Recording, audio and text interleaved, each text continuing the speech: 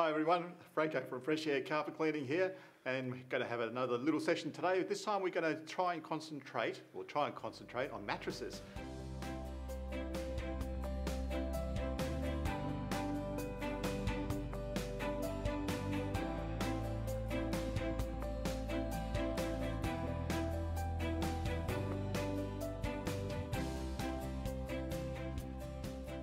That's somewhere where you spend a lot of time, and therefore you're obviously going to be affected by what is underneath you. So with further ado, we'll just chat today with Michael again, our usual co-host. How are you, Franco? I'm well, mate. How about yourself? Very good. You said about mattresses and you said about all the bugs and everything that goes on with them, and I'm thinking, this is going to be an interesting show. Yeah, well, look, it can be. And the things that mattresses are kind of forgotten in the background. Because, you know what, they're covered over with the sheets, and you go in there at night and you get off in the morning feeling hopefully refreshed and go on with your day again. So the time that we're actually spending on the mattress, we're not really deep in thought about mattresses, we're just on it. I think because I suppose a lot of people might think, well, I've got the mattress protector on it, I've got some sheets on it, I pull them off maybe on the weekend and give them a wash and a freshen up. Yep. It's, and if you're really pedantic, you can iron your sheets as well. Let's not get carried away. No, I'll hang them out the line nicely and the sun takes care of it for me. No, but look, it is a case that you've got that stuff on there, and yeah, you should be having a mattress protector on your mattress because of the fact that it will actually do what it's supposed to do and protect the mattress, but nothing is 100%. Okay, so there's always going to be something getting through there and something living in the back that you may not necessarily want there. When it comes to mattresses, Franco, and you talk, and people say, well, why would someone come in and get a mattress cleaned? What are some of them, so before we get into the show, what are some of the main problems with them that people may not realise what's going on? Well, look, the fact is that there are dust mites there. That's going to be where the most prevalence of dust mites will be in your whole home because of the fact that you've got the right conditions there. You've got the humidity from when you're sweating.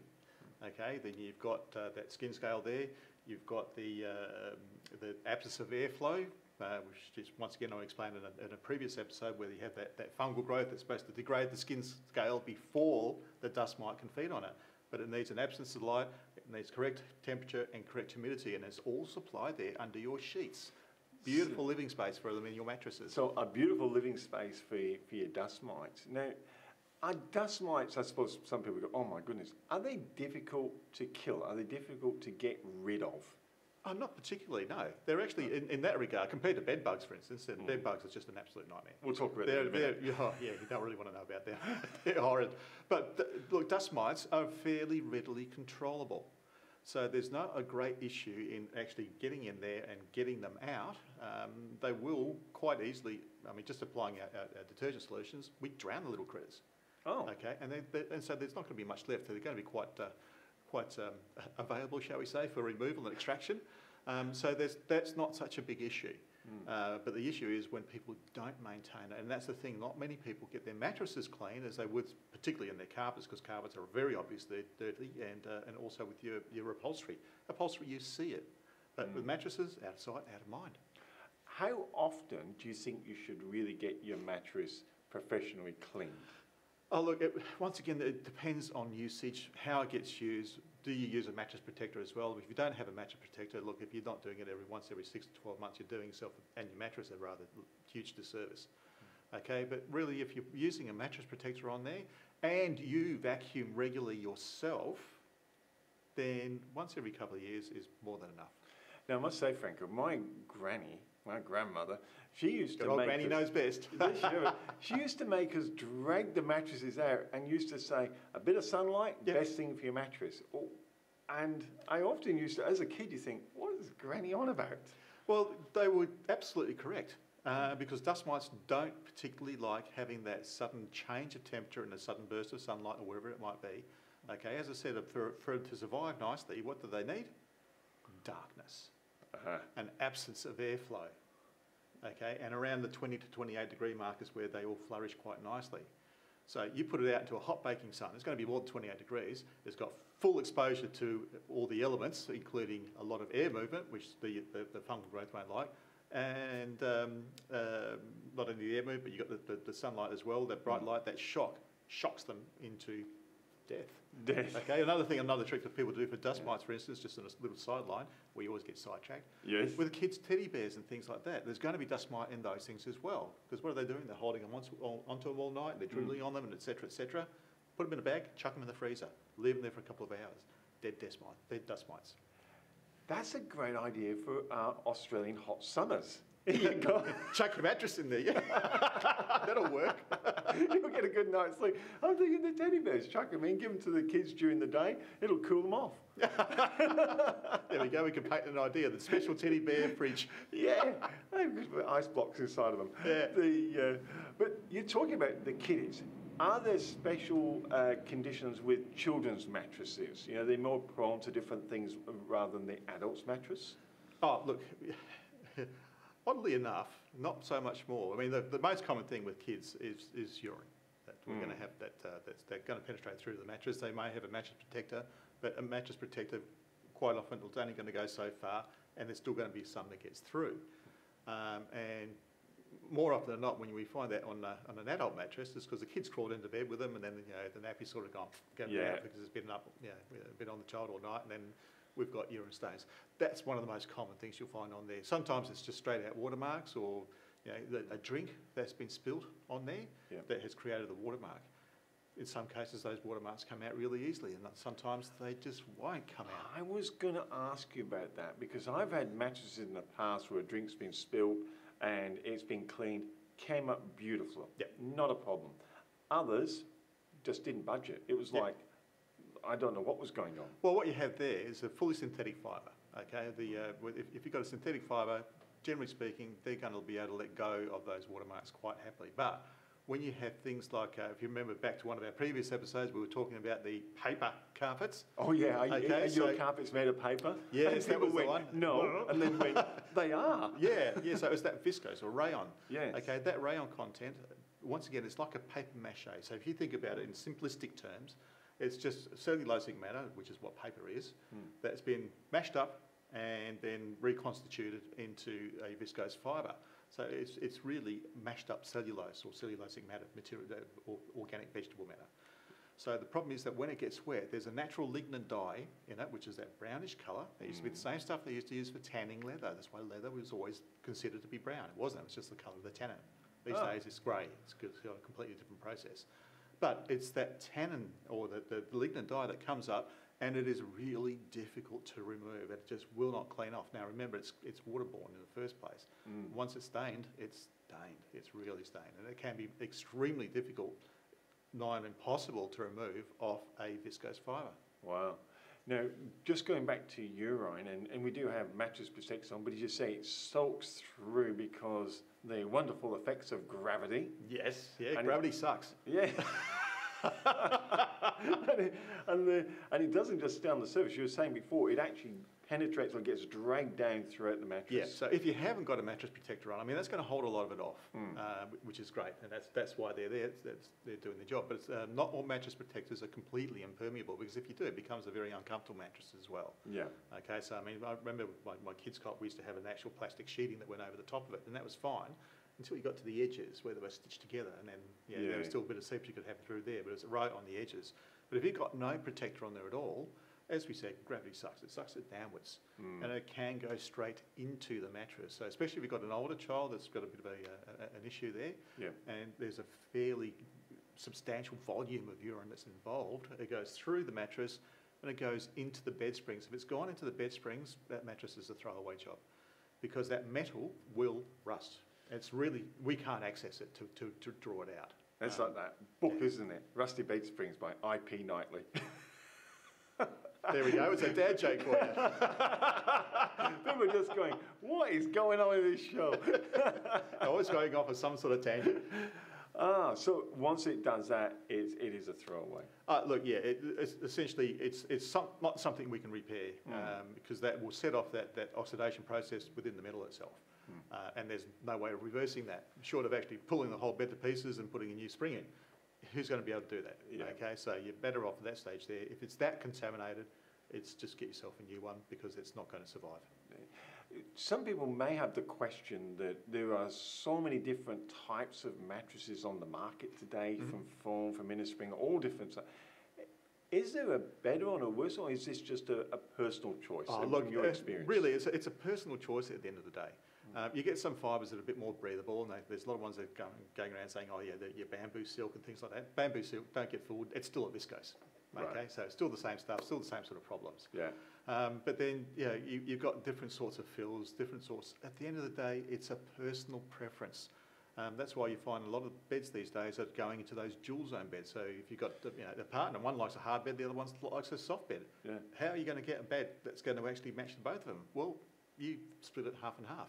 That's the only way around it. So some of the manufacturers got a bit clever with that, and they are doing that. So the problem is, though, that everybody is different, and every body is different and has different needs and wants. So the best advice I can give you is go out and try the mattress. If you can, try it before you buy it, great. I know my partner and I bought a mattress a little while back, and it came with all the guarantees in the world. We spent 2 nights on it, and on the third night, fortunately, we still had the old mattress sort of standing on its side in the back bedroom. I actually said to her, come on, I'm taking this off. I can't sleep on this thing. It was horrendous. Really? Yeah, we actually took it back to the shop and said it's not fit for purpose. It was horrible.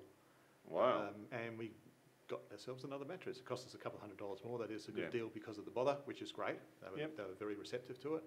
But yeah, we went and got another mattress, which is fantastic. It's a really good mattress. But the other one had all the certifications, orthopedic and chiropractic referred, and you name it. But it was terrible for the both of us. It was terrible. Yeah, it's like some of those health foods. They might be good for you, but they taste horrible. Isn't that meant to be the line? If it tastes bad, it must be good. Yeah. But when you come down to a mattress, how long, in your experience, because you've had a lot of experience through the years, how long should a quality, because they are expensive, how long should a quality mattress last somebody?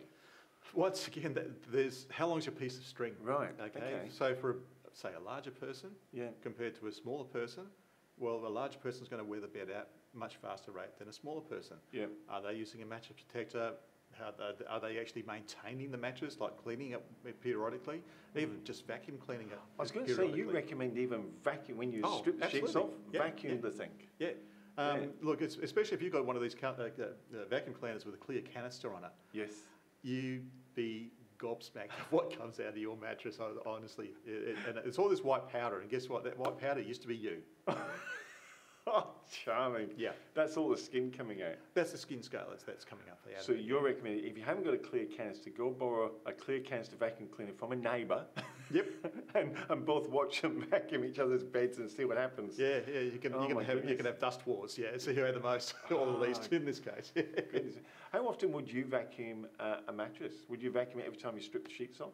Oh, that's not a bad idea, because once you get it off, it takes 5 seconds to quickly whip over a mattress. You also need to swap the mattress around from side to side, depending on what type of mattress you got. Some have only got a single layer on top, and so you just flip it around, so you're evening out the wear across the mattress. With mine, I've got double side as well, so I can turn it over as well as turn around to side. Turn it around. Yeah. And with your business, because you help people with their mattresses, obviously go in and clean them professionally. Yes. How often do you recommend a professional clean on a mattress? Look, ideally, you're probably looking every 12 to 24 months. Once again, it really depends on how it gets used. I mean, I've seen some mattresses that were just, I haven't quite got the word to describe it. I don't know how people even want to sleep in it. Came out of a hotel like faulty towers or something like that. Exceedingly faulty towers. And look, there's sometimes I've had one person in particular who picked up a second-hand mattress because she was doing some fostering. Right. And suddenly got dumped with 2 girls, and she didn't have enough beds, so she got a mattress off the local Facebook page for the area. It didn't look too bad. It looked a little bit grungy, but she called me and said, "Look, can you get this cleaned up for us?" The girl had spent a couple of nights on it already. Yeah. Because that was as quick as I could get there. This is on the Friday night that happened, so I was there on the Monday morning. Yep. But in the ensuing 2 nights, she'd been sleeping on it. And when I cleaned it, I've actually got photos of it. If you actually look at my Facebook page, and you'll see a mattress at the top of that, it's that mattress in particular. Oh, really? Yeah, and you can just see it's like day and night from one side to the other. And even she was surprised. She'd gone out and then come back in and saw the mattress and went, "Oh my God, I didn't know how dirty it was. If I knew it was that dirty, I wouldn't have taken it." It was just an overall grunge. and the mattress had never been cleaned in its life. The material was in great condition, but it obviously never had a mattress protector on it. There were a couple of minor stains, but most of it was just plain old dirt, and it cleaned up magnificently. It looked 100% by the time I finished. When you go and you clean people's carpets, you go into homes and you clean their carpets, do you kind of suggest, look, while I'm here, it's probably a very cost-effective thing for me to do your mattresses at the same time? Well, it would be if I had the time. They're time-consuming. Any upholstery is time-consuming, and that's is it really? Yeah. It's not a case of like doing a quick whip over. To do it properly, like anything, you've got to take your time over it to make sure that you're actually covering all the bases. Right. Okay. Without that, you're going to have a mattress that might be a little bit cleaner, but it's not going to be at the point where you would really say, look, that's a fantastic job. It's just like, oh yeah, it's better. I don't like doing just better. No. I like doing best. Yeah. And so on that, because I actually, as you said, you could see that was like a bit of a surprise to me. I thought, oh, you'll just get your wand out and, not your magic wand, but your vacuum wand. Just sprinkle some fairy dust over it. Yeah. Look at that, Michael. But vacuum. How long does it take for a professional clean? Say on a queen size mattress, approximately. On a queen size mattress, if it's just a top side only, Yeah. you're going to be probably around about an hour or so. But if you've got Hold on, an hour. there's detail. There's a Come lot on. of edges and sides and bits and pieces. Tell you've us got the to work detail. around. Tell us the detail. Okay, well, first of all, we've got to vacuum it. You know, Yeah. and it's a thorough vacuuming. It's not just a quick lick over, because we want to Yeah. draw out as much of that skin scale that is in there as possible. And the problem is that we do have a fairly deep impregnation of that. So just a quick vacuum over the top of it, it's just not going to cut the mustard. Right. Okay, and then of course you've got the edges that you've got to detail down the sides, around the handles. So there's all little bits and pieces that they just take time. Yeah. We also got to give it a thorough inspection. I mean, we've got things like this wonderful little doodad, the little UV light. That's the You have a UV light. We have a UV light. You must find interesting things. Sometimes there are things you don't want to find, but yes. Call the police. Look, in other cases as well, we also have this wonderful little attachment that goes onto our cameras, and actually onto our phones, I should say. That's a thermal imaging camera. So Wow, that's a thermal imaging camera. Yeah, Let's have a look at that. There you go. So that one there, we just plug into the bottom of the iPhone, Wow. switch it on, and then it takes thermal images of whatever you're pointing it at, obviously. Yes. So everything There has you a go. heat trace, and quite often you'll have, especially if you've got urine in there, it's going to have moisture associated with it. So it'll be a different temperature to the surrounding fabric. So that will alert us to it as well. Right. But there's all sorts of little tricks and bits like that. Sometimes the only thing you actually need is this and this. Yes. Because they don't smell too great and they don't look too great, so you can actually see the visual presentation of it. We've got to go through the whole thing. We need to have a discussion with the customer as well to find out what has happened. You know, that sometimes there is actually, more often than not, there's a reason why they've There's been caught. history behind it. Yeah. Yep. So we need to know exactly what's happened with it. Yeah.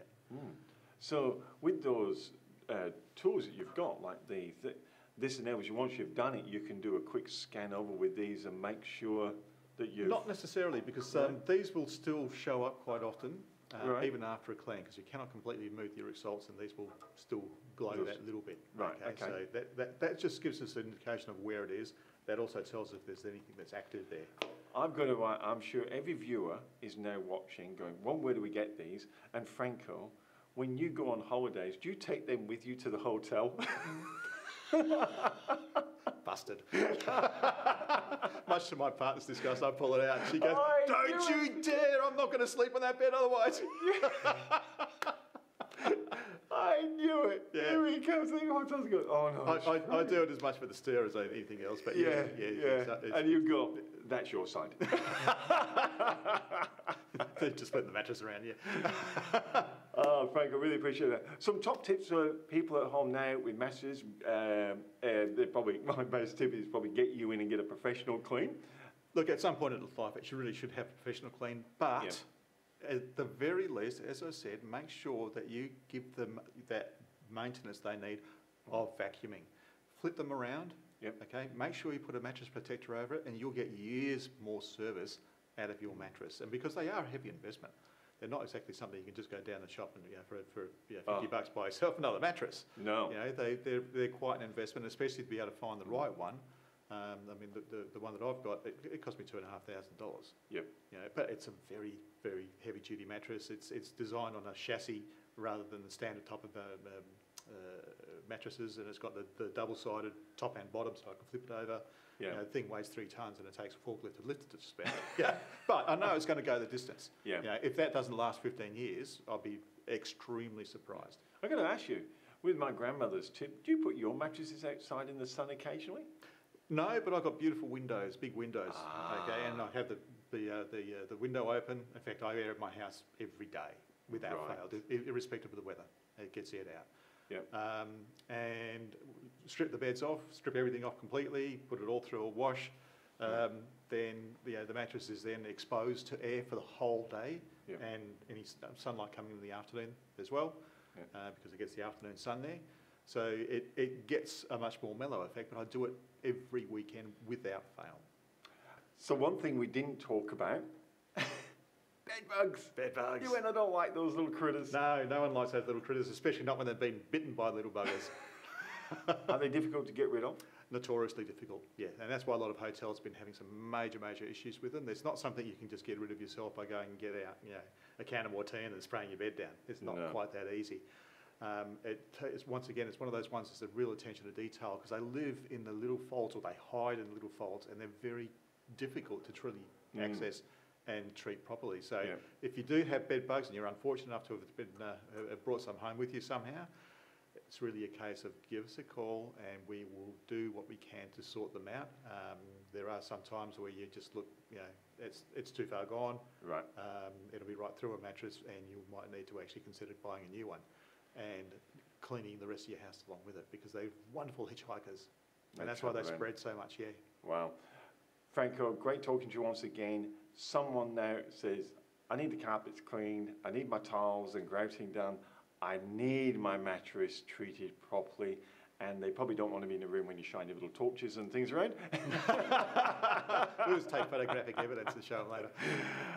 What's the best way of contacting you? Okay, great. So we can actually contact us through the landline, which is 9493 3880, or you can go by email, info@facc.com.au.